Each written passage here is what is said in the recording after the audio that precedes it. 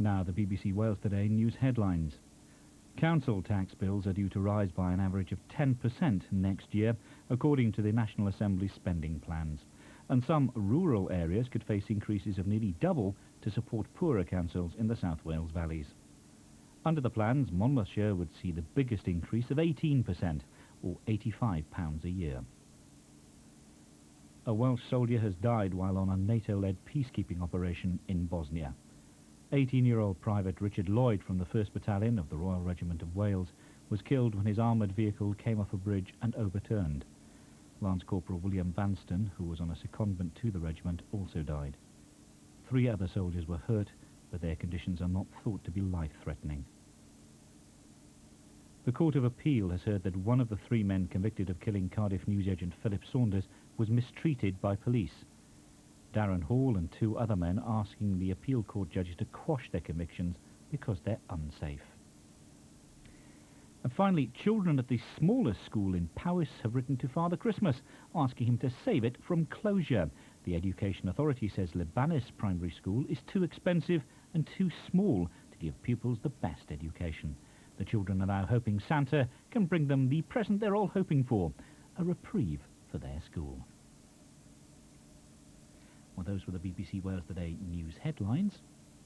Now, a look at the weather forecast for Wales for tonight and tomorrow. That's Wednesday. Tonight, there'll be scattered showers. Increasing cloud will bring rain to the west by dawn. Minimum temperatures, some 1 degree Celsius. Looking ahead then to tomorrow. Well, there'll be outbreaks of heavy rain. That will clear during the afternoon. Then there'll be heavy blustery showers. Maximum temperatures, some 11 degrees Celsius. Now, just before I go, I have a transmitter announcement for you. If you live in the Gronant area of North Wales, you may experience breaks in transmission tomorrow, that's Wednesday, the 8th of December, when all television services from the Gronant transmitter will be shut down for any 1 hour period, avoiding 1440 to 1550 hours, which I believe is 20 to 3 till 10 to 4, between 9 o'clock in the morning and 5 o'clock in the afternoon. This is for essential maintenance. Naturally, we'd like to apologise in advance for any inconvenience this may cause you.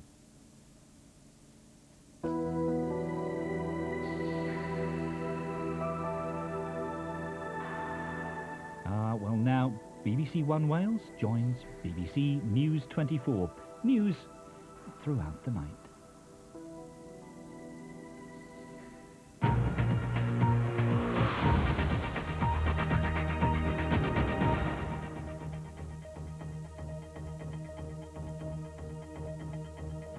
Pub or bar any day of the week.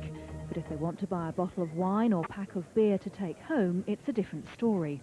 The sale of alcohol is limited to state-controlled shops in an effort to discourage excessive drinking on the grounds of health.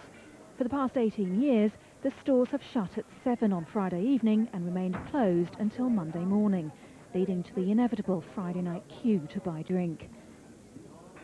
The law was introduced in an effort to cut drink-related crime and violence, but as discontent over the policy rises, so too does the level of illegal alcohol sales. Smuggled drink and home-brewed spirits are estimated to account for nearly 1/3 of all consumption. Reluctantly, the government has now decided to relax the laws.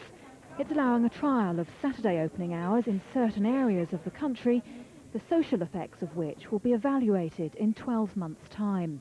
The opening is only in part, about half of Sweden, and so there is an experiment area and a control area. So we'll compare the development in the experiment area compared to the control area with respect to a number of indicators. The most important of these indicators are domestic violence, public drunkenness, and drunk driving. The decision's being welcomed by most Swedes, no doubt keen to see an end to the ritual Friday night queues. Hannah Freeman, BBC News. A Cézanne masterpiece stolen 20 years ago and recovered earlier this year has fetched more than $29 million or £18 million at a London auction. Also under the hammer were 25 Picassos, once owned by the murdered fashion designer Gianni Versace. 21 years after it was stolen, Cézanne's highly prized Bouloir et Fruits, or Pewter, Pitcher and Fruit, proved an irresistible draw at auction. The painting was completed in the late 1880s when Cézanne was at the peak of his impressionist career. His distinctive brushwork characterizing the still lifes for which he is best known. It was stolen during a robbery from a private collection in Massachusetts and only recovered after police swooped on an undisclosed location last month.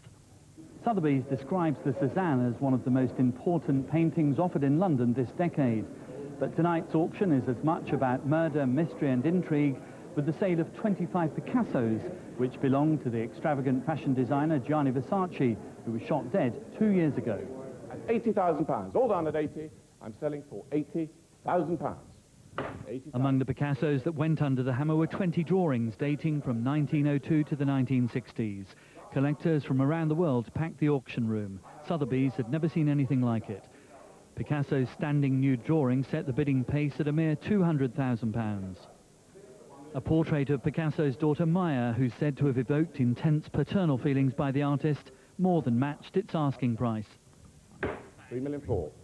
Then, amid intense excitement, came the star of the show, Lot 31, Cézanne's still life, which, say the connoisseurs, captures the true genius of the artist.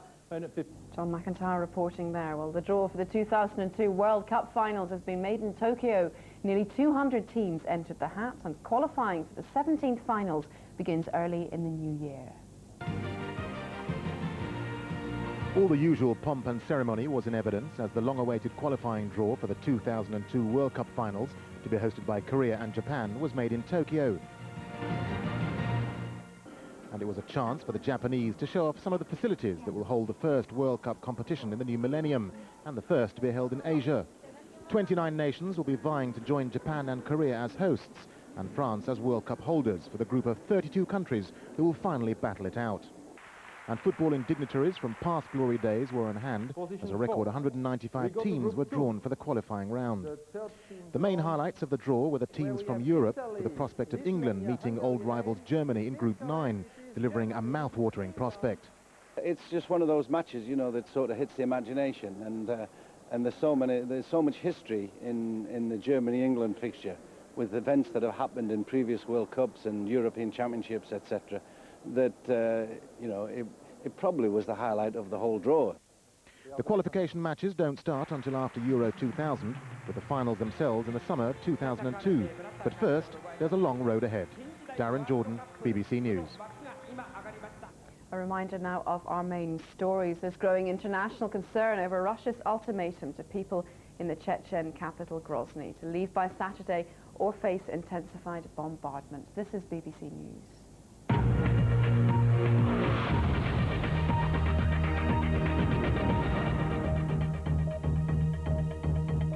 Well, even though we did have some showers on Monday, it's going to seem like a picnic compared to what we're going to see for today. In fact, deep area of low pressure sitting to our west for the day on Monday will slide his way across and give us a fair bit of wind, a fair bit of rain, and not the best day for being to the outside. In fact, please even take some care on the roads.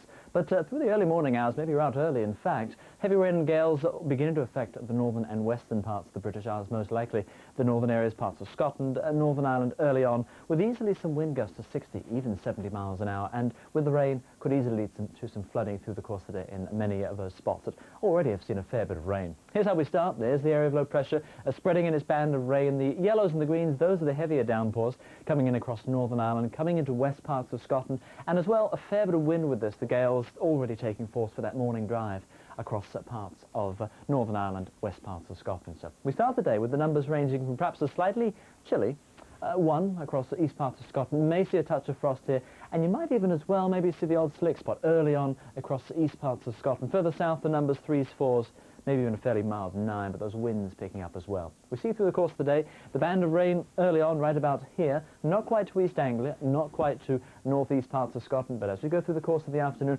rain sliding all the way through, and then we're left with the speckly showers wrapping in behind it, and still those strong winds. If anything, the winds starting to shift in direction more of a westerly, perhaps by the later parts of the day. Finishing numbers look like this, in fact, seeing numbers 8s, maybe 9s across parts of Scotland. Further south, could see a 10. Our prize winner for top temperature Maybe about 11 across the south coast. And always remember those winds, hold on to your hats, with some strong gales in many areas, and still easily those gusts to 50, 60, and even 70 miles an hour. That's the weather for now.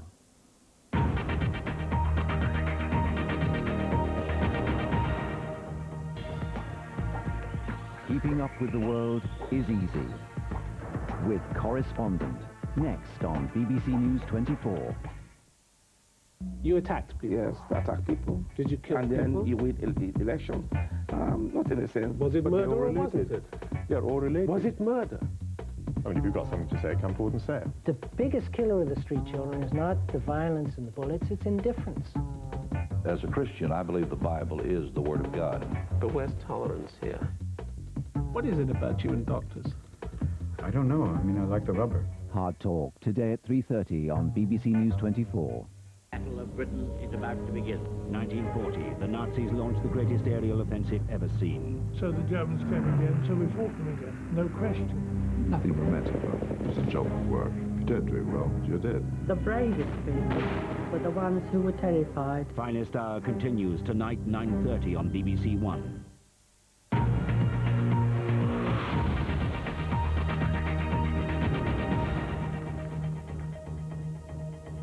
Good morning, this is BBC News 24. I'm Janet Barry. The main news at 2:30.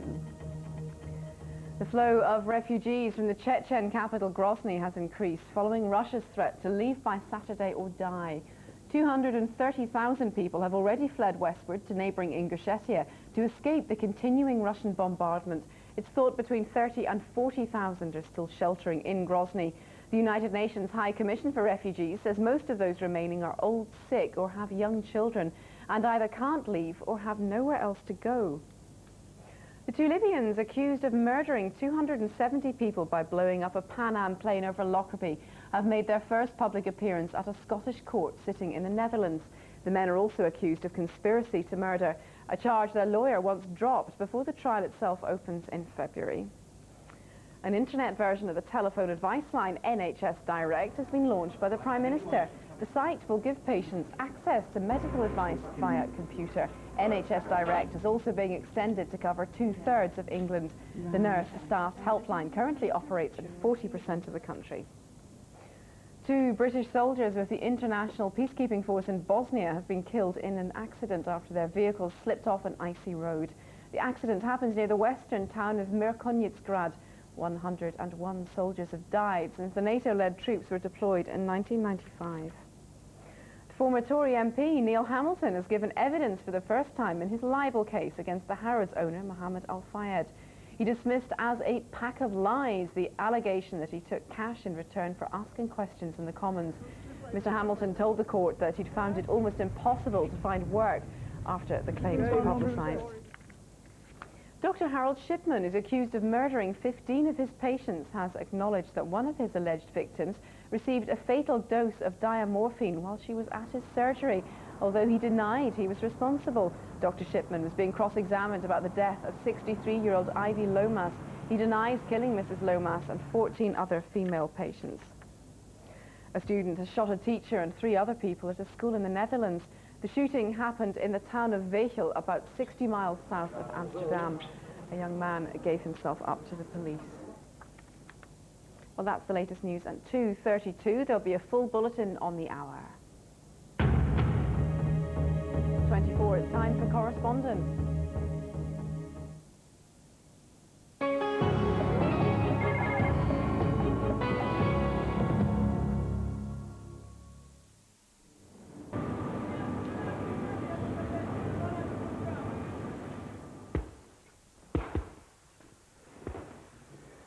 Ten years ago, Anatoly Bykov was a nobody, a young boxer in a one-horse town in the depths of Siberia.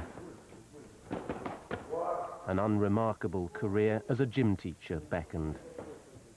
In the early 90s, Bykov and his friends realized there was better money to be made outside the boxing ring.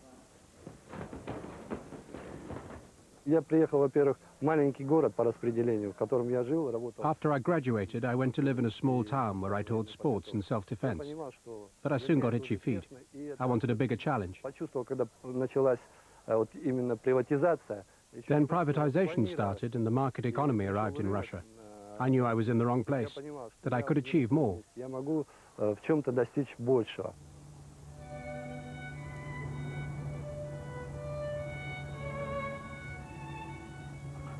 Siberia might not look like the obvious place to make a fortune. But although the old Soviet economy lay in ruins, there were plenty of opportunities for an ambitious entrepreneur.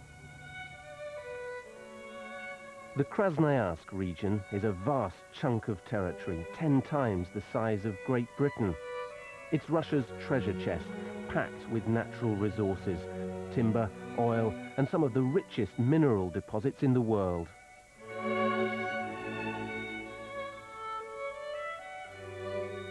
Three and a half thousand kilometers east of Moscow, the city of Krasnoyarsk sits close to the Chinese border.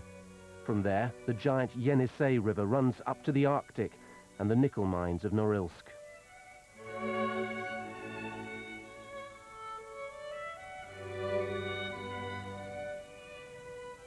The biggest jewel here is the Krasnoyarsk aluminium smelter, the second largest in the world.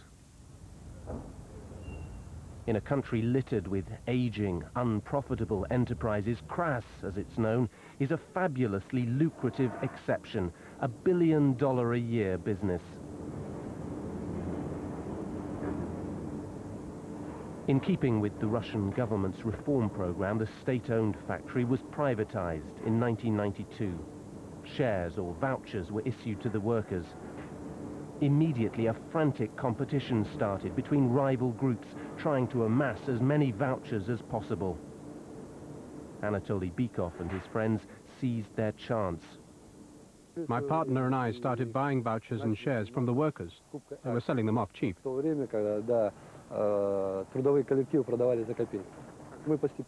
bought 20% of the factory, 10 for him, 10 for me.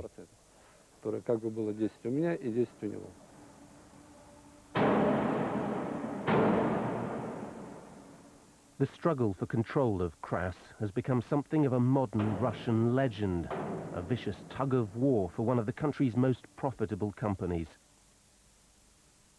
Politicians, businessmen, gangsters, everyone wanted their share. This wasn't just about privatization. Whole spheres of influence were being carved out. In Moscow, in Siberia and other regions, everything was being divided up. Property and power. Once it had all belonged to the state. Suddenly it was there for the taking. According to the Russian police, the lucrative aluminium industry was fought over more violently than any other. This gravestone belongs to one of Bykov's early rivals, a gang leader called Viktor Lyapnikov. No one in this corner of the cemetery died of natural causes. People in Krasnoyarsk like to boast that their city has become a gangster-free zone. All the big mafia bosses are dead and buried. As for Anatoly Bykov, well, he's planned ahead. He's reserved this entire plot, especially for him and his partners.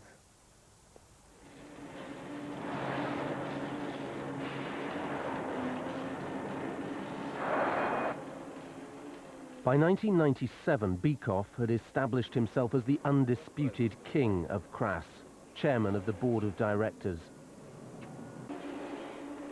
Control of the region's wealthiest factory gave him huge political clout. He modernized the plant, became a local councillor and a pillar of the new establishment. The boxer had come a long way, fast. I'm generally reckoned to be worth $400 or $500 million. That's the value of the factories and companies that I manage. And yet the gangster image won't wash off.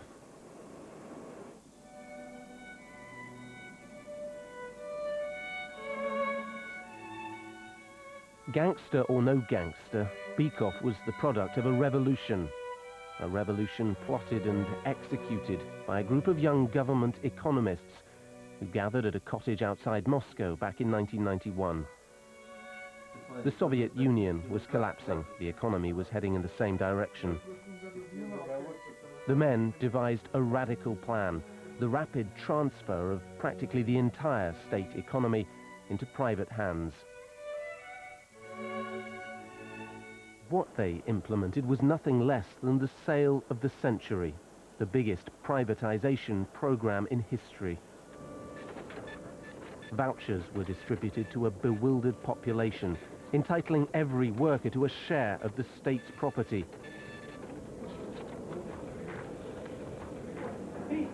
In all, a staggering 120,000 businesses were sold off. But in the chaos, many firms fell into the wrong hands. It was at this point that General Alexander Lebed stormed onto the political stage. A scowling bear of a man, Lebed's exploits in Afghanistan and elsewhere had turned him into an army legend. Now he wanted to join the political fray. Lebed's hard man image went down well in a country tired of turmoil. For a while, Lebed tried his luck in Moscow, but after a failed run for the presidency, he decided to set up an independent power base elsewhere. And where better than Krasnoyarsk, with its huge economic potential? If he could restore order here, surely the Kremlin would be within his grasp. But first, Lebed needed to get elected as Krasnoyarsk's governor. He turned to the only man who could guarantee victory for him, Anatoly Bykov.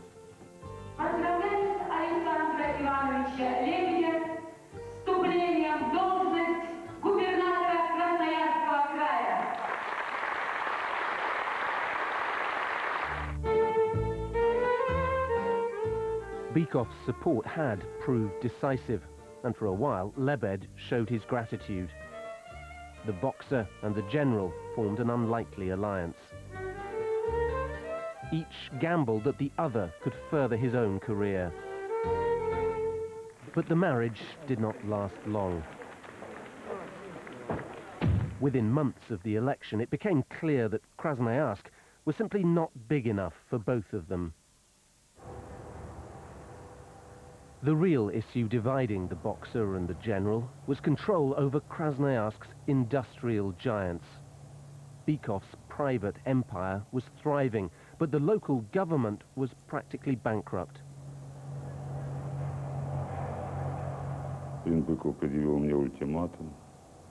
Mr. Bykov presented me with an ultimatum. He wanted me to give him total and absolute control over the biggest enterprises in Krasnoyarsk. The aluminium factory, the machinery plant, the power station, and the bauxite and coal mines. They're the lifeblood of our local economy. The rest is just scrap.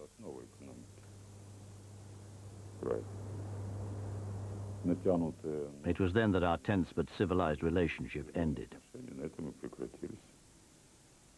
What did you say to him?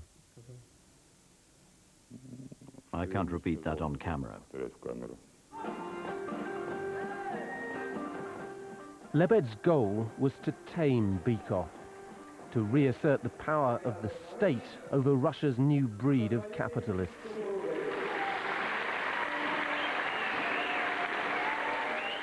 The local government had no money to pay pensions or salaries, therefore it had no authority. Men like Bykov had all the cash, and they needed to be taught a lesson.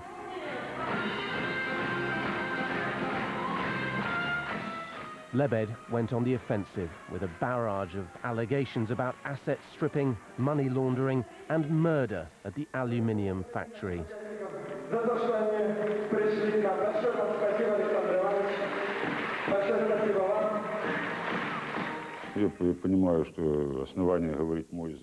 You can only say it's your factory if you either built it with your own money or bought it.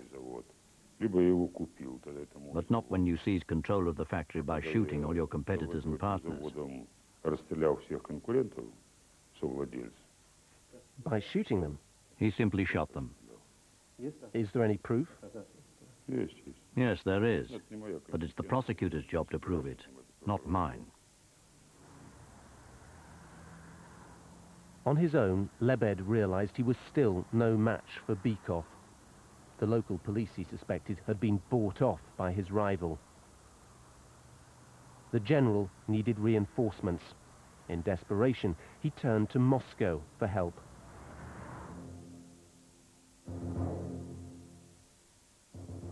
The decision to ask Moscow for help was not as natural as it might seem. The Russian capital was preoccupied with its own power battles, even more furious than those in Krasnoyarsk. Giant new business empires were emerging, bureaucrats and billionaires carving up the Russian state between them. At the center of the storm was the Kremlin, besieged by rival groups and buffeted by allegations of bribery and money laundering.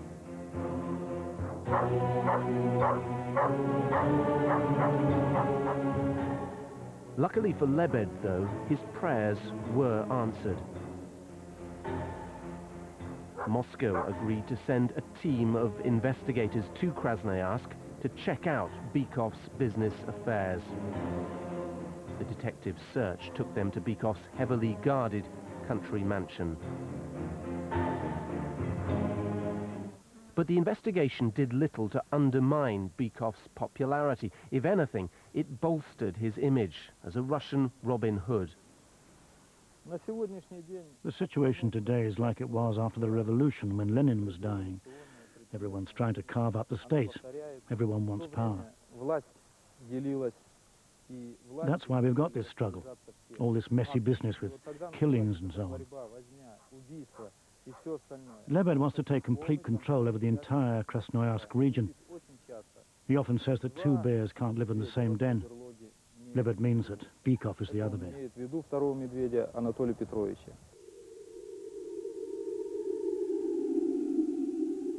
But Bykov and Lebed weren't the only bears in Krasnoyarsk.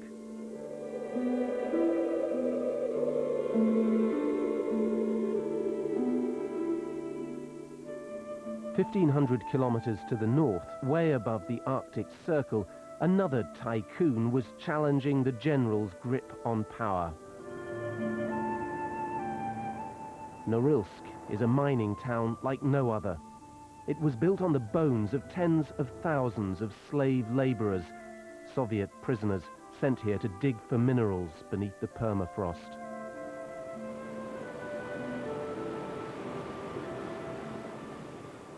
And there was plenty to dig for. Norilsk is now the world's biggest nickel producer. In 1995, Norilsk was taken over by a young Moscow banker who'd bought a controlling stake in the mining company in a backroom deal, widely condemned as a travesty of privatization. Vladimir Potanin is a 38-year-old football fanatic with a career and a lifestyle every bit as flamboyant as Anatoly Bykov's. A banker by profession, Potanin came up with an ingenious scheme that would turn him and a clique of Kremlin insiders into multi-millionaires. It was 1995. The Kremlin was desperate for cash to fund President Yeltsin's re-election campaign.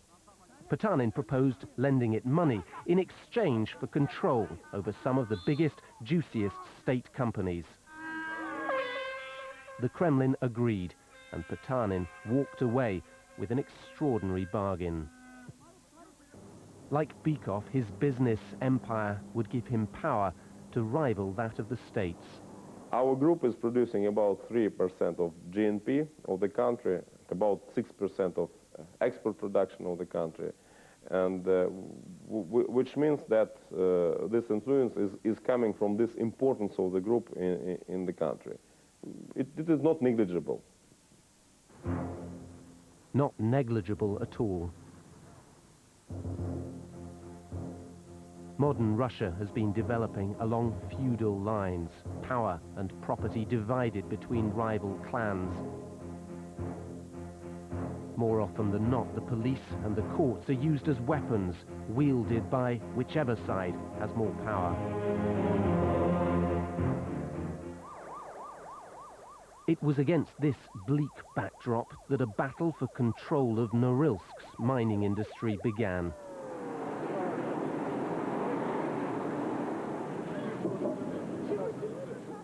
General Lebed seemed to be embarking on another collision course with one of the country's biggest private companies.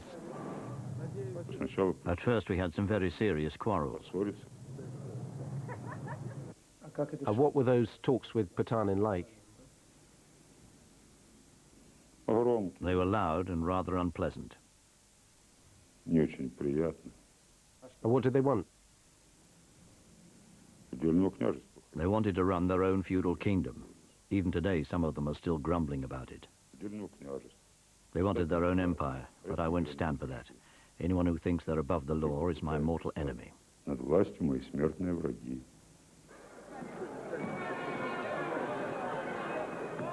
Lebed's tough talk paid off. The general and the banker struck a deal. The bottom line was money. Potanin agreed to pay more in taxes to the local government. Lebed agreed to back off.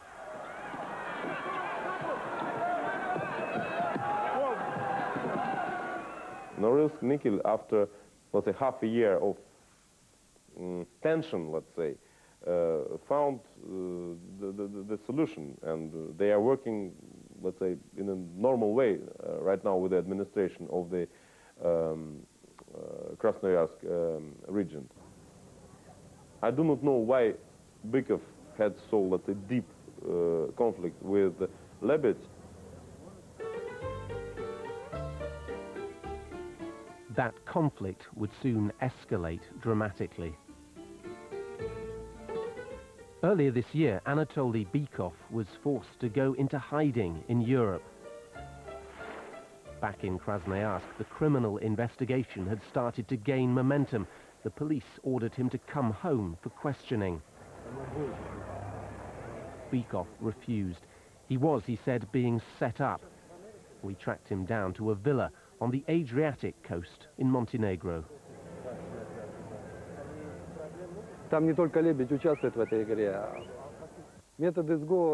Lebed's not the only one involved.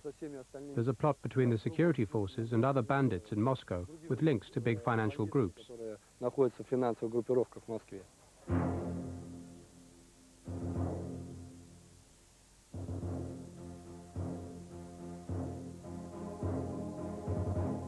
But the noose around Bykov's neck seemed to be tightening.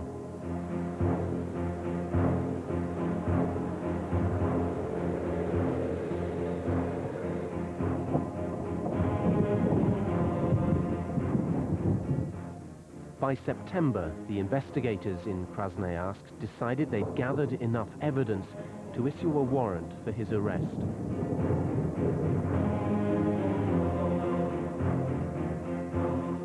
Быков, как всем известно, находится в розыске в настоящее время. Bykov is on our wanted list. Канал Интерпола все-таки. I hope that with the help of Interpol and with all these charges against him, we'll be able to track him down. Мера пресечения будет реализована, то есть он будет арестован. Значит, срок. He's looking at 7 to 10 years in prison, and the court could confiscate all his property too. Без как решится.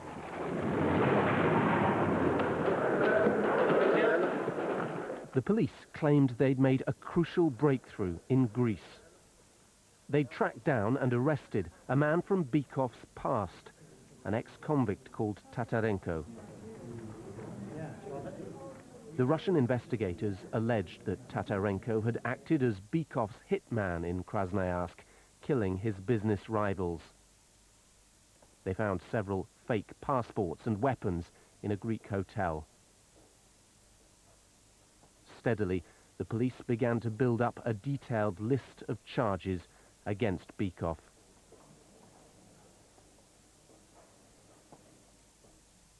Eventually, they accused him of money laundering and of involvement in 2 murders. If a man commits serious crimes and is accused of being involved in murders, then what more is there to say?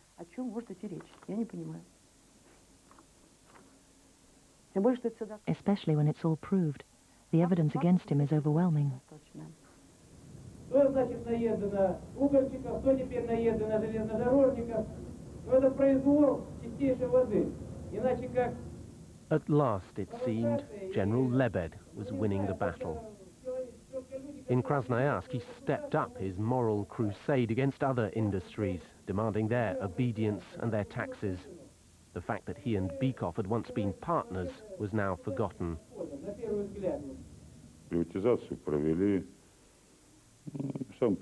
Privatization was carried out in the most primitive way, like cutting up a cake in the kitchen. Those who were sitting at the table got a big piece, those who were outside got the crumbs. By doing everything in such a hurry, we ended up either with inefficient companies that strangle the state with debts, or efficient companies which still don't contribute anything to the state because they're run by bandits like Bykov.